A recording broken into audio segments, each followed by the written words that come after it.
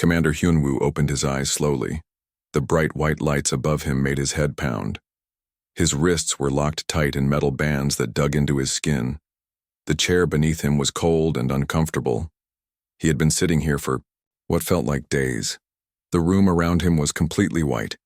No windows, no decorations, just smooth walls that seemed to glow with their own light. The air tasted strange and metallic. It made his throat dry and scratchy. Hyunwoo tried to remember how he got here. His ship, the Taeguk, had been on a normal mission. They were mapping new star systems near the edge of human space. Everything had been going well until the alien ships appeared. The attack came without warning. One moment they were scanning a peaceful solar system. The next moment, massive ships surrounded them. Ships unlike anything humans had ever seen. They looked like giant insects made of dark metal. The weapons they used turned the Taeguk's shields into nothing in seconds. The memory made Hyunwoo angry. His crew had tried to fight back. Engineer Soo-min had pushed their engines past the safety limits trying to escape. Navigator Jin-ho had found 3 different jump routes in under 2 minutes. But nothing worked. The alien ships were too fast and too strong. Heavy footsteps echoed in the hallway outside. Hyunwoo straightened up in his chair. He would not show weakness to these creatures. The door slid open with a soft hissing sound. The thing that walked in was taller than any human. It moved on 6 legs that clicked against the floor like thick sticks. Its body was covered in dark green armor that looked like it was grown instead of made. 2 large eyes stuck out from its head on short stalks. They were completely black and showed no emotion. Behind the creature came 2 others that looked similar but smaller. They carried strange devices that hummed with energy. Guards, Hyunwoo thought. The large creature sat down across from him at a table that rose up from the floor. "I am Clix," the creature said. Its voice came from somewhere in its throat, but the words were clear. "I am here to ask you questions." Hyunwoo said nothing. He had been trained for this. Name, rank, and ship designation only. Nothing else. "You will tell me about your home world," Clix continued. "You will tell me about your military forces.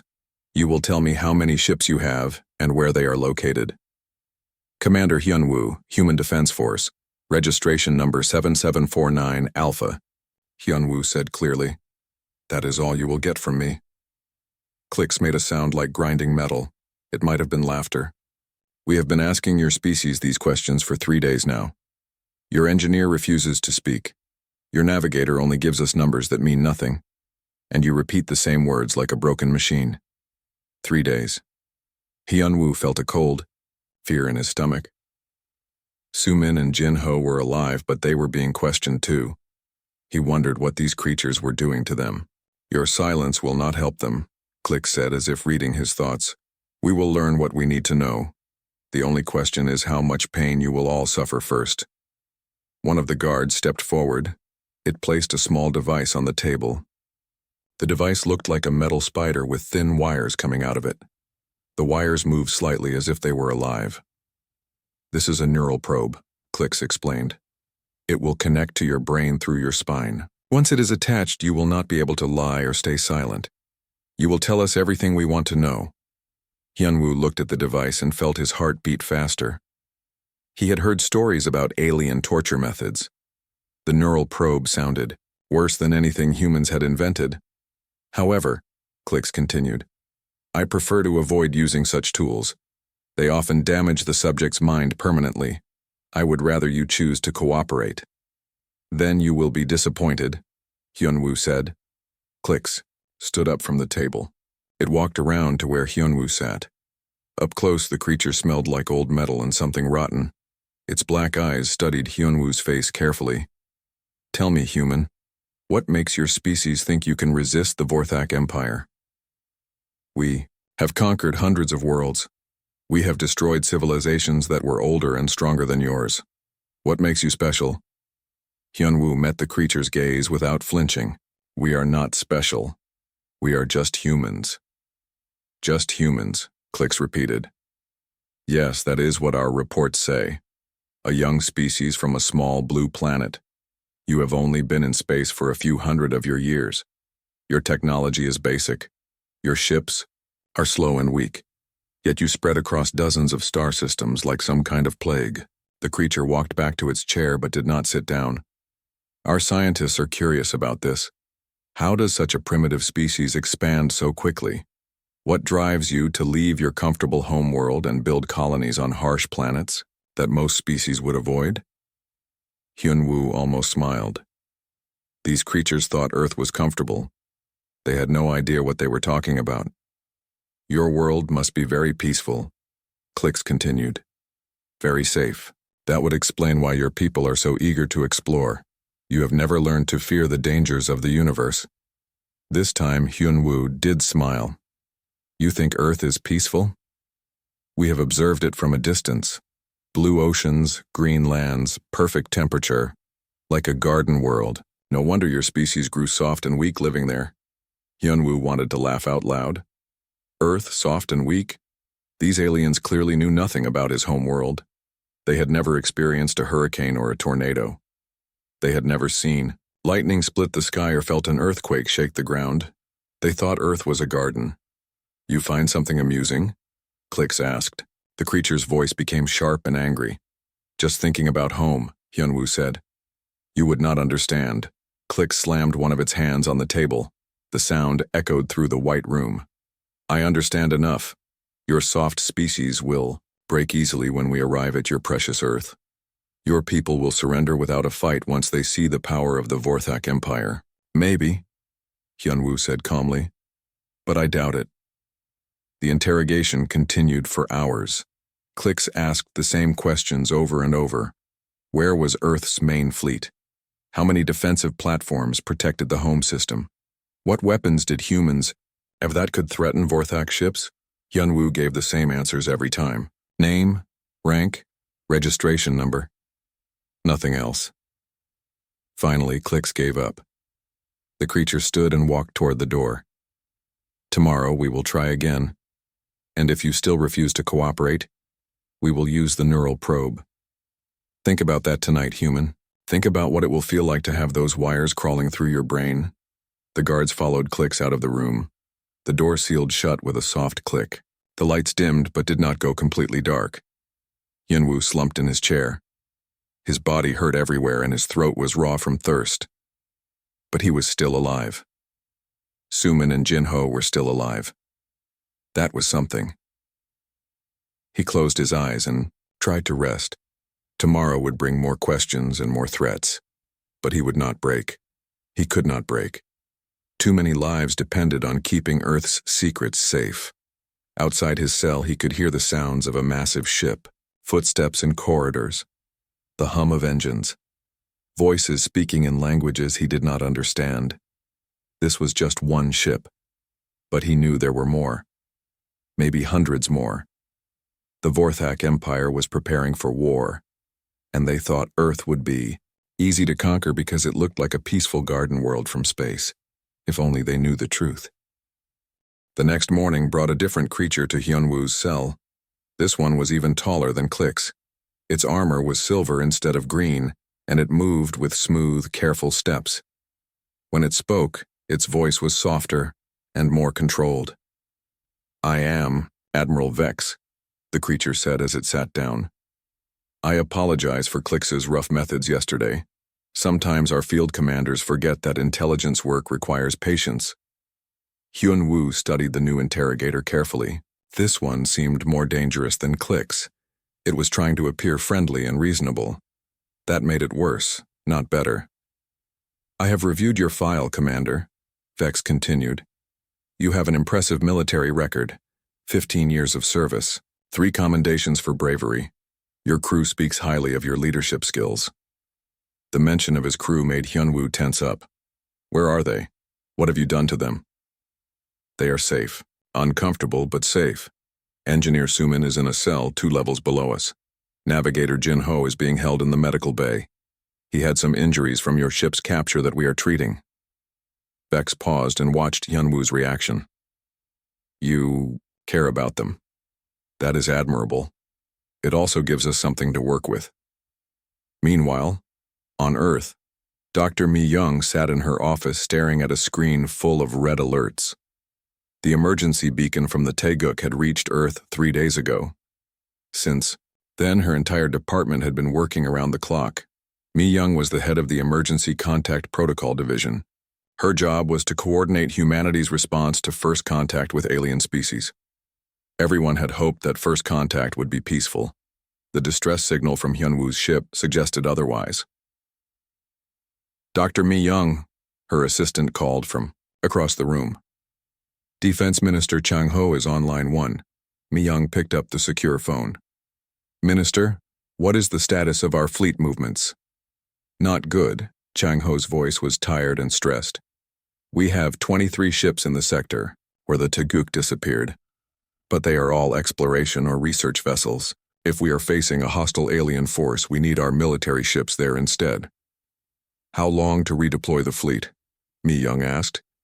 Minimum 4 days for the closest battle group. Maybe a week for full deployment. The problem is we don't know how many enemy ships we are facing or how advanced their technology is. Mi Young looked at her screens again. Each red dot represented a human colony or outpost that might be in danger. Earth's rapid expansion across the galaxy had created a huge area to defend with relatively few military ships. Keep me updated on any changes, she said before hanging up.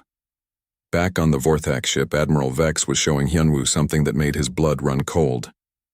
A holographic display appeared above the table showing Earth from space. The blue and green planet looked exactly as he remembered it. Beautiful world, Vex said casually. We found it using stellar cartography data from your ship's navigation computer. It was not difficult once we knew which sector to search. Hyunwoo felt his heart sink. Earth's location was supposed to be classified information. But the Taeguk's computers contained star charts for the entire region. Any competent intelligence service could trace those charts back to their origin. Now that we know where your home is, Vex continued, the question becomes what to do about it. The Vorthak Empire has 3 standard approaches to dealing with primitive species. The hologram changed to show different alien worlds. Some were green and lush. Others were gray and barren. A few were nothing but asteroid fields. First, we offer peaceful incorporation into the Empire. Your species becomes part of our civilization. You keep your culture and government, but follow our laws and pay our taxes. Many worlds choose this option. Vex gestured to the green worlds in the display. They looked prosperous and safe. Second, we take what we need and leave the rest alone. Your valuable worlds become ours. Your people can live on the remaining planets as long as they do not interfere with our operations. The gray worlds appeared. They looked empty and dead. Third, we eliminate the species entirely and take all their worlds. This option is reserved for species that prove too dangerous or troublesome to manage. The asteroid fields glowed ominously. Which option your species receives depends largely on how cooperative you and your fellow prisoners choose to be. Hyunwoo stared at the display. 3 options and none of them were good for humanity, but the third option was clearly the worst. What do you want to know? He asked quietly. Vex leaned forward. Everything. Your military capabilities. Your defensive installations. The location of your major colonies. The size of your fleet. How quickly you can respond to an attack on your home world. And if I tell you this, you will choose the first option? Peaceful incorporation? That will depend on what you tell me. If humanity is weak enough, incorporation is possible. If you are too strong, we may need to use the second option. If you are hostile and powerful, well. Vex did not need to finish that sentence. Hyunwoo thought about his choices. If he stayed silent, the Vorthak would eventually break him with torture or neural probes. They already knew Earth's location. They would attack with or without his cooperation. But if he talked, he might be able to influence their decision. If he made humanity sound weak and peaceful, they might choose incorporation over destruction. I need guarantees, Hyunwoo said. Promise me that my crew will be released unharmed. Promise me that Earth will not be destroyed. You are not in a position to make demands, Vex replied. But I can offer you this. Cooperate fully, and I will recommend the most merciful option for your species. Refuse, and I will personally recommend total extermination. The Admiral stood up from the table. You have 1 day to decide. Tomorrow I will return with a neural recording device. You can tell me what I want to know voluntarily, or the device will extract the information directly from your brain. The choice is yours. After Vex left, Hyunwoo sat alone in his cell thinking. The Admiral's offer was not really a choice at all. Either way, the Vorthak would get the information they wanted. The only question was whether Hyunwoo would have any control over how they used it. He thought about Earth and the billions of people living there. He thought about his crew members suffering in their own cells. He thought about the human colonies scattered across dozens of star systems. The Vorthak Empire ruled 3 arms of the galaxy. Humanity had barely started exploring one arm. In a direct military confrontation, there was no contest. Earth would lose. Maybe cooperation really was the only option. Maybe peaceful incorporation was better than extinction. Maybe he could save his species by surrendering to the aliens. But something deep inside him rebelled against that idea. Humans did not surrender easily. They had not become a spacefaring civilization by giving up when things got difficult. The problem was that the Vorthak did not understand humans at all. They thought Earth was a peaceful garden world. They thought humanity was soft and weak because of their comfortable environment. If only they knew what Earth was really like. If only they understood what kind of world had shaped the human species. But that knowledge might make things worse, not better. If the Vorthak realized how tough humans really were, they might skip straight to the third option: total extermination. Hyunwoo closed his eyes and tried to think of a way out of this trap. Somewhere in the depths of space, the Vorthak fleet was preparing to invade his home, and he was the only one who might be able to stop them. The question was how. In the Vorthak High Council chambers, 5 of the Empire's most powerful leaders sat around a circular table made from black stone. The room was huge and dark, lit only by glowing crystals that cast strange shadows on the walls. General Thork was the first to speak. He was older than the others, with scars across his armored face from a dozen different wars. This human situation is simple. We crush them quickly and take their worlds. Why are we wasting time with interrogations? Intelligence. Chief Yalix disagreed. She was smaller than Thork, but her voice carried equal authority. We must understand them first. This species expanded very rapidly across their region of space. There may be factors we have not considered. What factors? Thork demanded.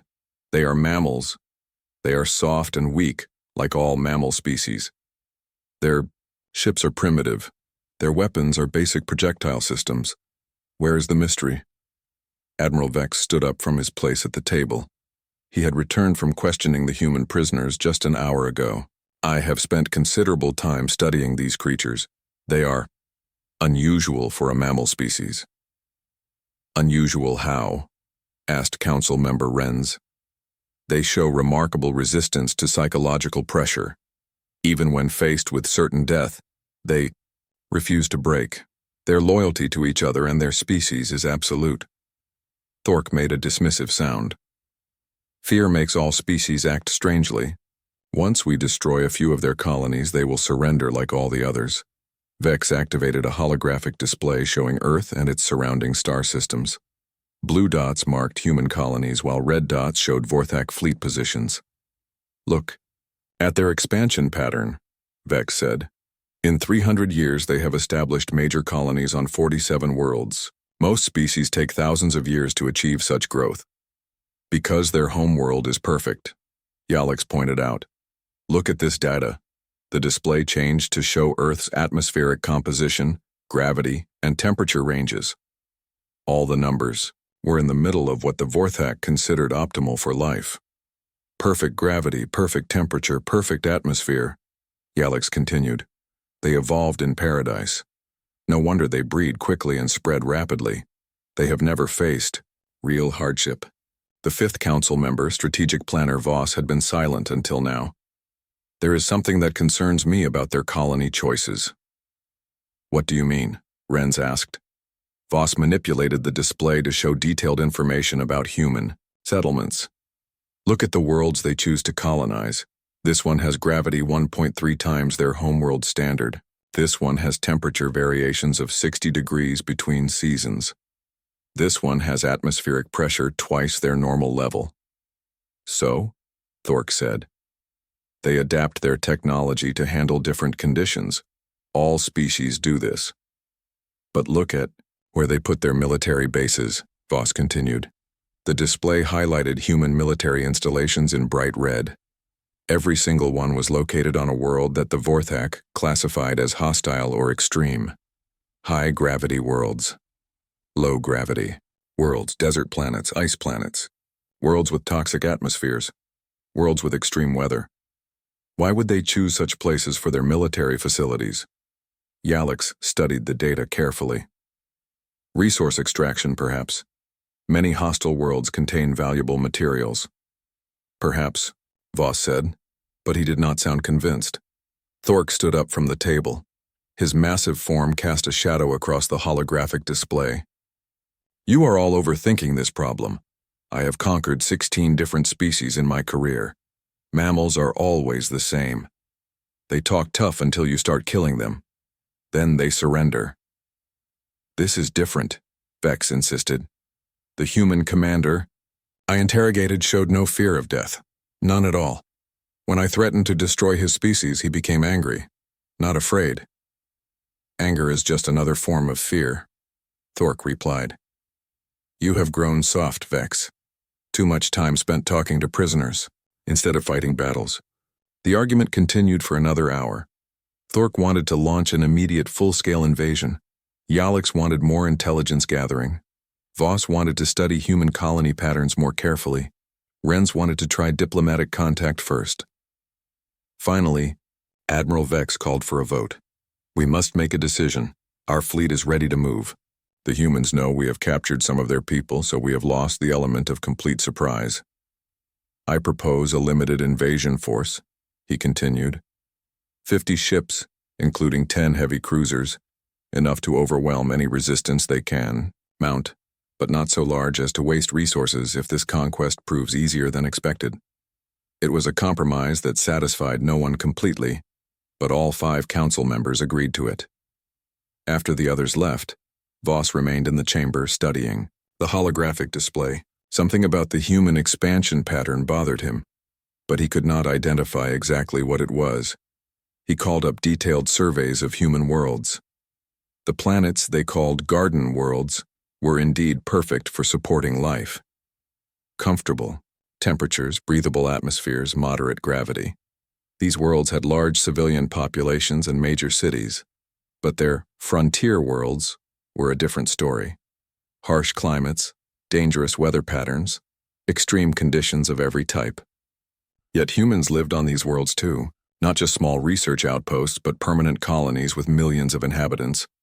Voss had seen this pattern before, but only among the most aggressive warrior species in the galaxy. Races that deliberately chose harsh environments to keep their people strong and ready for war. But the intelligence report said humans were peaceful explorers, not warriors. They had few military conflicts among themselves. Their expansion was driven by curiosity and resource needs, not conquest. So why did they seem to enjoy living in dangerous places? Meanwhile, in his cell, Hyunwoo was trying to exercise despite his restraints. Push-ups against the wall, squats in the small space beside his chair. Anything to keep his muscles from weakening. The door opened and Admiral Vex entered with 2 guards. But this time, he was carrying something different. Instead of interrogation equipment, he held a small device that projected images. I want to show you something, Vex said as he activated the device. The projection showed a massive fleet of Vorthak warships, hundreds of vessels of different sizes, all bristling with weapons. They were moving through space in perfect formation. This is the force we are sending to your homeworld, Vex explained. 50 ships with enough firepower to destroy every defensive installation in your solar system. Your people will have no choice but to surrender. Hyunwoo studied the display carefully. 50 ships was a smaller force than he had expected. Either the Vorthak were very confident, or they were underestimating humanity's military capabilities. We will arrive during your planet's summer season, Vex continued. Our scientists believe this will be the optimal time for planetary assault operations. Summer. Hyunwoo almost smiled. The Vorthak had no idea what Earth's summer was like. They thought it meant pleasant, warm weather and clear skies. They were in for a very unpleasant surprise. Your silence tells me you understand the hopelessness of your situation, Vex said. This is your last chance to cooperate. Tell me about your defensive capabilities and I will ensure your species is treated with mercy. Hyunwoo looked at the alien admiral. These creatures had ruled the galaxy. For thousands of years, they had conquered hundreds of worlds. They thought they understood everything about war and conquest, but they knew nothing about Earth, nothing about the world that had shaped humanity, nothing about the storms and disasters that humans faced every single day. You want to know about Earth's defenses? Hyunwoo asked. Yes. Then you should know about Earth's weather. Vex looked confused. Weather? What does weather have to do with military defense? Everything, Hyunwoo said quietly. Everything. Admiral Vex settled back in his chair, confident that the human was finally ready to talk. The display of Vorthak military power had clearly impressed the prisoner. Now came the easy part, extracting useful information. Tell me about your weather, Vex said, humoring what he assumed was a delaying tactic. Hyunwoo seemed to relax for the first time since his capture. Talking about Earth was better than discussing military secrets. What do you want to know? You said weather affects your defenses. I do not understand how atmospheric conditions relate to military strategy. Well, Hyunwoo began, you said, your fleet will arrive during summer. That is hurricane season in many parts of Earth. Vex tilted his head. The word hurricane did not translate clearly in his language database. What is a hurricane? It is a storm system, a big spinning cloud that forms over warm ocean water. The bigger ones can be dangerous if you are not prepared for them. This sounded harmless to Vex. All worlds had storms. The Vorthak homeworld experienced dust storms that could last for weeks. How dangerous? Hyunwoo thought about it. The worst hurricane I ever experienced had winds around 200 kilometers per hour. It knocked down a lot of trees and damaged some buildings. But that was nothing compared to Hurricane Ji-hoon 3 years ago. That one had winds over 250 kilometers per hour. Vex stopped moving. For a moment, he was not sure he had heard correctly. Did you say 250 kilometers per hour? Yes, that was a big one. Category 5, I think. We get maybe 2 or 3 of those every year. Most hurricanes are smaller, only 150 to 200 kilometers per hour. The Admiral's breathing became rapid and shallow. On the Vorthak homeworld, the strongest storms ever recorded barely reached 80 kilometers per hour. Those storms were considered natural disasters that occurred maybe once in a generation. You are telling me that storms with 200 kilometer per hour winds happen regularly on your world? Hyunwoo nodded. Oh yes, very regular. Hurricane season runs from late spring to early fall. We usually get 20 to 30 hurricanes each year. Most of them stay over the ocean, but 5 or 6 will hit land. Vex felt something cold forming in his stomach. And your people? How do they survive these storms? The same way we survive everything else, I guess. We build our houses stronger. We have warning systems to tell people when storms are coming. Most people just go to their basements or emergency shelters until the storm passes. Emergency shelters? Sure. Every major city has underground storm shelters that can hold thousands of people. Every house has a basement or safe room. It is just basic safety, like having fire extinguishers. The Admiral stood up and began pacing around the small room. His mind was racing as he tried to process this information. Humans built storm shelters as standard equipment because 200 kilometer per hour winds were normal weather. These hurricanes, Vex said carefully, they only happen in certain regions of your planet, mostly near the coast, but we get other types of storms inland. Tornadoes are probably worse than hurricanes in some ways. What is a tornado? A spinning column of air that comes down from storm clouds. They are much smaller than hurricanes, but the winds are faster. I have seen tornado winds reach 400 kilometers per hour. Vex stopped pacing. 400? The really big ones, yes, we call those F5 tornadoes. They can destroy entire towns if they hit in the wrong place. But most tornadoes are smaller, maybe 200 to 300 kilometers per hour. The interrogation room suddenly felt too small and too hot. Vex was having trouble breathing normally. Every number the human gave him was beyond anything in Vorthak experience. How often do these tornadoes occur? Hyunwoo shrugged. Depends on the season and location. Some regions get hundreds of tornadoes every year. The middle continent of Earth averages about 1,000 tornadoes annually. 1,000 per year.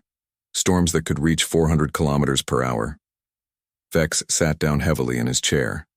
And your people live in these regions willingly? Of course, some of the best farmland on Earth is in tornado zones. You learn to watch the weather forecasts and take shelter when storms approach. It is not really a big problem once you know how to handle it. Vex was quiet for several minutes, trying to absorb what he was hearing. Finally, he asked, "Are there other types of storms on your world?" "Oh, lots of types. Blizzards can dump 3 meters of snow in a single day. Thunderstorms produce lightning that strikes the ground thousands of times per hour. Hailstorms drop ice chunks the size of your fist, and those are just the mild weather events." Mild? Well, compared to really severe weather.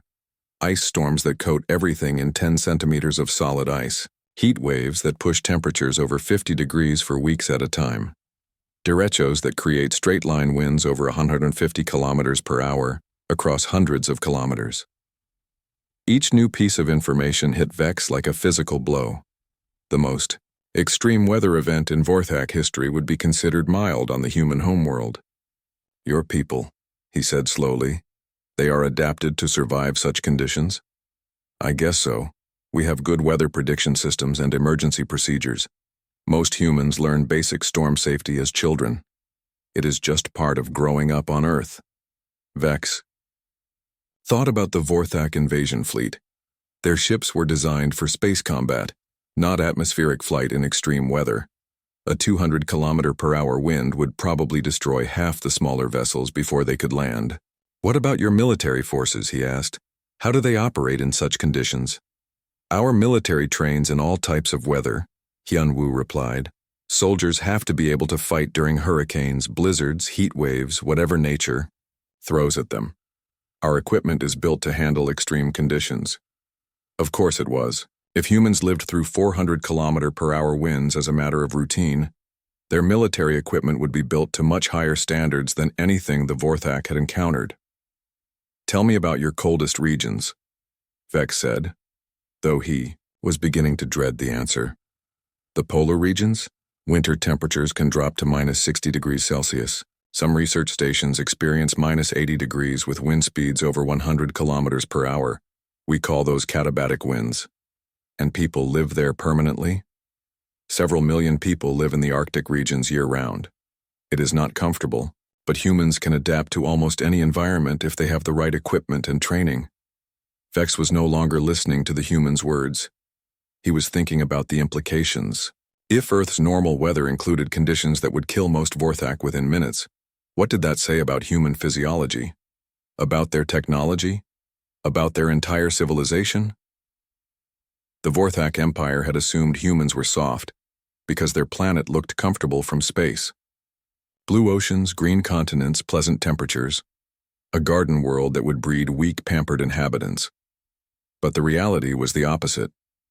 Earth was not a garden world.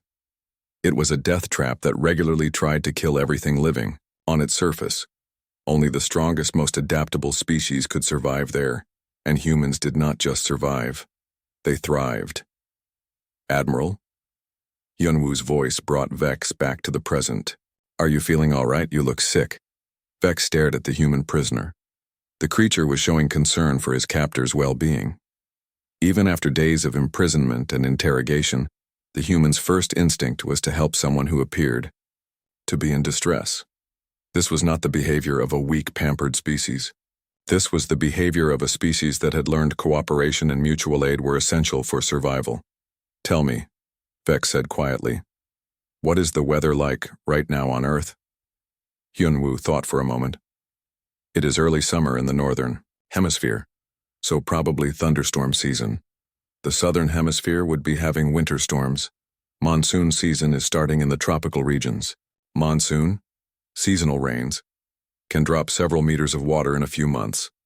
Sometimes causes major flooding, but the storms also bring the water needed for agriculture. Several meters of rain in a few months. Vex closed his eyes and tried to imagine what that would do to a Vorthak city. Their architecture was not designed for heavy precipitation.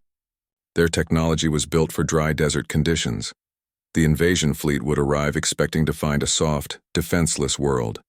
Instead, they would face a planet where 200-kilometer-per-hour winds were considered normal, where the local population was adapted to survive conditions that would kill most galactic species, and Earth's military forces would be equipped to fight in those same impossible conditions.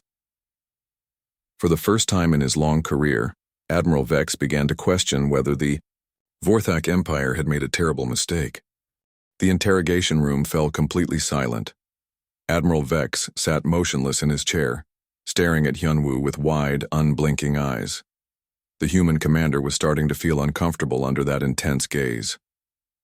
"Admiral," Hyunwoo said again, "you asked about Earth's weather. Is there something specific you want to know?" Vex seemed to shake himself back to awareness. "You said winds of 200 kilometers per hour are normal on your world." "Well, not normal everywhere. Most places only get those winds during major storms. But yes, every continent experiences hurricane-force winds multiple times each year." "Hurricane force," Vex repeated slowly. "What do you call wind that is not hurricane force?" Hyunwoo thought about it. "I guess anything under 120 kilometers per hour would be considered a regular storm. Below 80 kilometers per hour is just windy weather." Just windy weather.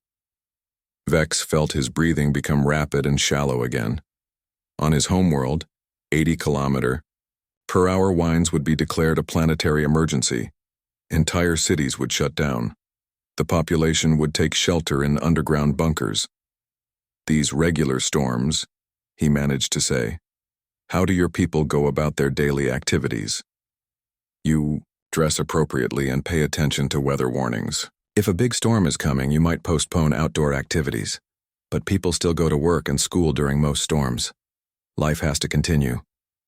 Vex stood up abruptly and began pacing again. His movements were jerky and agitated. "Your buildings, your vehicles, your infrastructure, everything is built to withstand these conditions?" "Of course. Building codes require structures to survive Category 3 hurricanes in most regions, Category 4 or 5 in high-risk areas. Our vehicles are tested in all weather conditions. Our power grids have backup systems for when storms knock out the main lines." "Category 3, Vex said. "What wind speed is that?" "Around 180 to 200 kilometers per hour sustained winds with gusts up to 250. The Admiral stopped pacing. "Sustained winds?" "Yes, that means constant wind speed. Gusts are the short bursts that go higher than the sustained wind speed."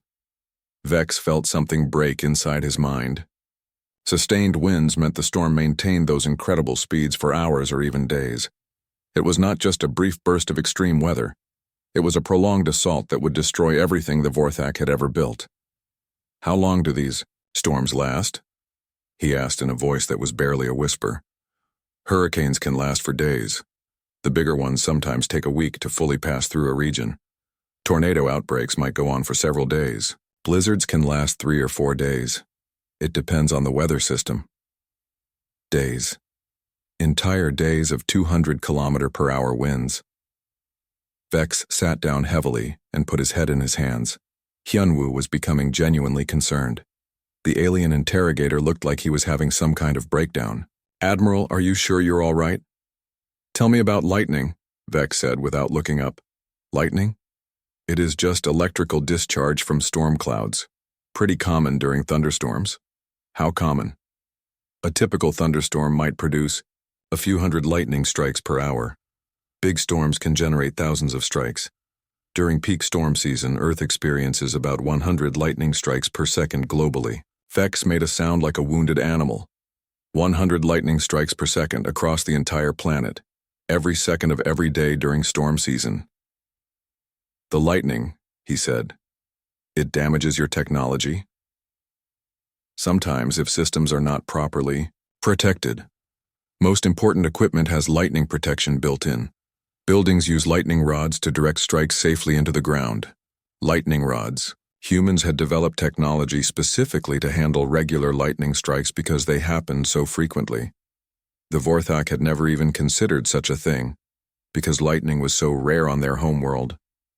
What is the most powerful storm you have personally experienced? Vex asked. Hyunwoo considered the question. Probably Typhoon Minjun when I was stationed on Kepler 442b. That was technically a Category 6 storm, though that classification does not officially exist. Category 6? Sustained winds over 300 kilometers per hour. It was a rare event, even by Earth standards. The storm destroyed several military installations that were only built to Category 4 specifications. 300 kilometers per hour sustained winds.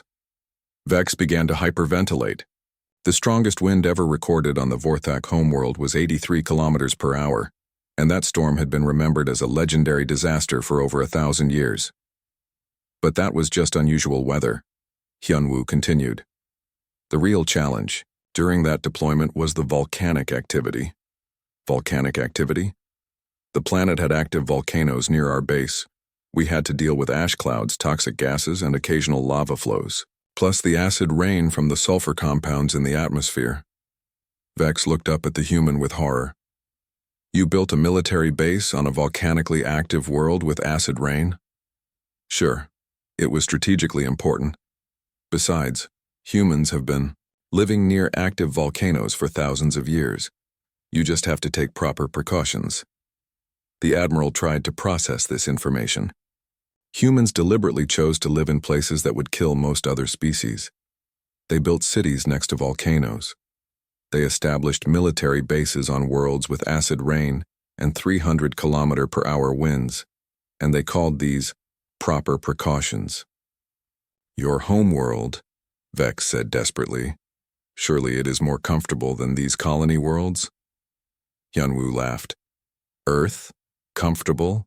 You obviously have never experienced a Kansas tornado or a North Atlantic storm, or spent a winter in Siberia, or a summer in the Sahara Desert.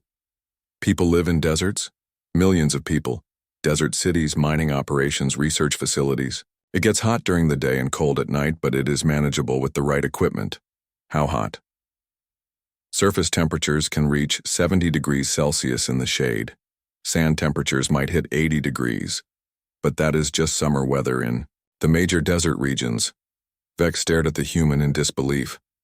The maximum safe operating temperature for Vorthak technology was 45 degrees Celsius. Above that, their equipment began to malfunction and break down. And the cold regions, he asked, though he was beginning to dread every answer. Antarctic research stations operate year-round at -60 degrees Celsius. Some locations get as cold as -80 degrees with wind speeds over 200 km/h. We call those katabatic wind events. -80 degrees. The Vorthak would freeze to death in minutes at those temperatures. Their ships were not designed to operate in such conditions. Their weapons would not function. Their armor would become brittle and crack. Your military forces train in these environments? Vex asked weakly. All human military personnel train in extreme environment survival. Desert operations, Arctic warfare, high-altitude combat, underwater operations, volcanic region tactics. You have to be prepared for anything. Vex began to understand the true scope of the disaster facing the Vorthak Empire. They were not planning to invade a soft, pampered species living on a garden world. They were about to attack apex predators, who had been shaped by a planet that regularly tried to kill everything on its surface. Every aspect of human civilization would be built to standards far beyond anything the Vorthak had ever encountered. Their ships would be designed to fly through hurricane-force winds. Their weapons would function in temperatures that would destroy Vorthak equipment. Their soldiers would consider 200 km/h winds to be mildly inconvenient weather. Admiral, Hyunwoo said, "You look very pale. Are you feeling sick?" Vex looked at this human who was showing concern for his captor's well-being, even while discussing weather patterns that would end Vorthak civilization. The creature was not even trying to intimidate or threaten. He was just casually describing normal life on his homeworld. Normal life that included surviving conditions equivalent to the worst natural disasters in Vorthak history. Every single day. "I need to contact the High Council," Vex said, standing up unsteadily. "Is everything all right?" Hyunwoo asked. "You seem very disturbed by our conversation about weather." Vex paused at the door. He turned back to look at the human one more time. "Your people do not consider your homeworld to be dangerous?" "Earth?" Hyunwoo shrugged. "No more dangerous than anywhere else humans live. It has its challenges, but every world does. You learn to adapt. You learn to adapt." Those 4 words echoed in Vex's mind as he left the interrogation room. Humans learn to adapt to conditions that would exterminate most galactic civilizations. They did not just survive. On their death world, they thrived there. They spread across the galaxy looking for new challenges to overcome. In the corridor outside, Vex leaned against the wall and tried to calm his breathing. Everything the Vorthak Empire believed about warfare was based on fighting species that evolved on normal worlds. Worlds with reasonable weather, manageable storms, survivable temperature ranges. Earth was not a normal world. It was a planetary-scale weapons testing facility that had been running for millions of years. And humans were the end result of that testing program. The Admiral activated his communication device with trembling hands. "This is Admiral Vex. I need an immediate emergency session with the High Council. Priority Alpha." "Sir," came the response. "The Council is currently reviewing invasion preparations. Can this wait until tomorrow?" "No," Vex said firmly. "This cannot wait. Tell them we need to discuss fundamental assumptions about the human threat level. Tell them everything we thought we knew about this species is wrong." As he walked toward the council chambers, Vex tried to organize his thoughts. How could he explain to the most powerful beings in the galaxy that they were about to make the worst strategic mistake in Vorthak history? How could he tell them that 50 ships would not be enough to conquer Earth? That 500 ships might not be enough? That the humans they planned to enslave were actually the most dangerous species the Empire had ever encountered? Behind him in the interrogation room, Hyunwoo sat alone wondering what had just happened. The alien admiral had seemed shocked by simple descriptions of Earth's weather. It was as if the creature had never heard of hurricanes or tornadoes before, which Hyunwoo realized might actually be true. If these aliens came from a different type of world, they might not understand what Earth was really like. They might think it was some kind of peaceful paradise instead of the chaotic, violent, beautiful disaster that humans called home. For the first time since his capture, Hyunwoo allowed himself to hope. If the Vorthak did not understand Earth, they might be making serious mistakes in their invasion planning. Mistakes that could give humanity a chance to fight back. He settled back in his chair and tried to remember everything he had told Admiral Vex about Earth's weather. It had been a casual conversation about perfectly normal things, storms and heat waves and cold snaps that every human dealt with as part of daily life. But if those normal things were actually extraordinary by galactic standards, then humanity might have advantages they did not even know they possessed. Hyunwoo smiled for the first time in days. The Vorthak Empire was about to learn what Earth weather was really like. He almost felt sorry for them. The Vorthak High Council chamber had never seen an emergency session called with such urgency. All 5 council members arrived within an hour, their expressions ranging from annoyed to curious. Admiral Vex stood before them, his usually perfect posture sagging with exhaustion and stress. "This better be important, Vex," General Thork growled. "We have an invasion fleet to coordinate." "The invasion must be cancelled," Vex said without preamble. The chamber erupted in shocked voices. Council member Renz was the first to speak, clearly. "What did you just say?" "The invasion of Earth must be cancelled immediately. We are not prepared for what we will face there." General Thork slammed his armored fist on the table. "Explain yourself. What could possibly have changed in the last 6 hours?" Vex activated the chamber's holographic display system. "I have been questioning the human commander about his homeworld's defensive capabilities. What I learned changes everything we thought." We knew about this species. Get to the point, Intelligence Chief Yalix demanded. Earth experiences regular storms with sustained wind speeds over 200 kilometers per hour, Vex said quietly. The chamber fell silent. Strategic Planner Voss was the first to respond. That is impossible. No planet can support life with such extreme weather. Not only does Earth support life, Vex continued, it supports billions of humans who consider such storms to be normal seasonal weather. They build their cities to survive winds that would destroy our strongest military installations. Yalix pulled up weather data from the Vorthak homeworld. Our most severe storm in recorded history had winds of 83 kilometers per hour. It killed thousands and damaged every major city on the continent. The human called that just windy weather, Vex said. Storms under 120 kilometers per hour are considered minor inconveniences. Their children go to school during conditions that would force us to declare planetary emergencies. General Thork studied the data on the holographic display. Slowly, his expression changed from anger to confusion to growing horror. Show me the atmospheric pressure data for Earth, he said. The display changed to show Earth's atmospheric conditions. The pressure readings were within normal ranges for supporting life, but the weather pattern data was beyond anything in Vorthak experience. Tornado systems with wind speeds over 400 kilometers per hour, Voss read from the display. Occurring over 1,000 times per year. Lightning activity producing 100 strikes per second globally. Temperature ranges from -80 degrees to +70 degrees Celsius. The humans live and work in all of these conditions, Vex said. They have permanent settlements in regions that would kill any Vorthak within minutes of exposure. Yalix was running calculations on her personal computer. If their technology is built to function in such environments, our weapons may not be effective against their equipment. Worse than that, Vex replied. They're military personnel trained specifically for extreme environment combat. They practice warfare during hurricanes, blizzards, heat waves, and conditions we do not even have names for. The implications began to sink in. The Vorthak invasion force was designed to fight normal species on normal worlds. Their ships were built for space combat and normal atmospheric flight. Their weapons were tested under standard galactic environmental conditions. Earth was not a standard environment. It was a hostile alien world where the weather alone could destroy an unprepared invasion force. What about their psychology? Renz asked. Surely living in such conditions would make them unstable or aggressive. The opposite, Vex said. The human commander showed remarkable emotional stability under interrogation.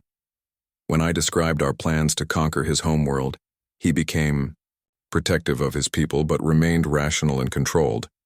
Living with constant environmental threats seems to have made them more cooperative and adaptable, not less. Thork was studying fleet deployment data.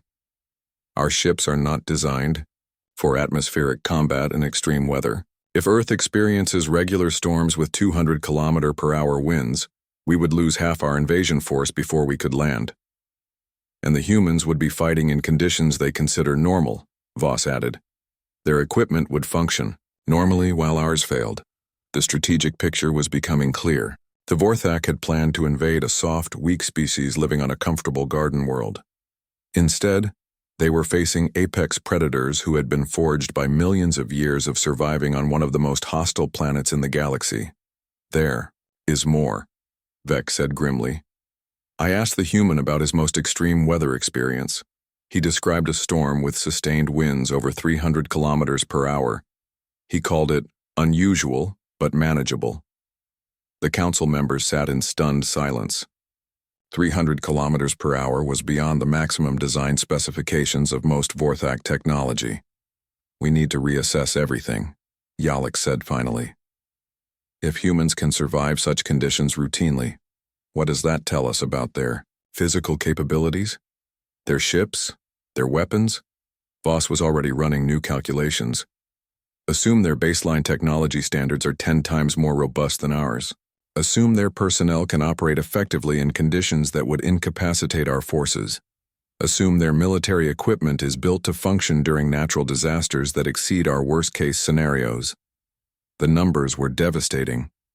A species built to those specifications would not just defeat the current Vorthak invasion force. They would probably consider it a minor inconvenience. How many ships would we need? Thork asked quietly. For a successful invasion?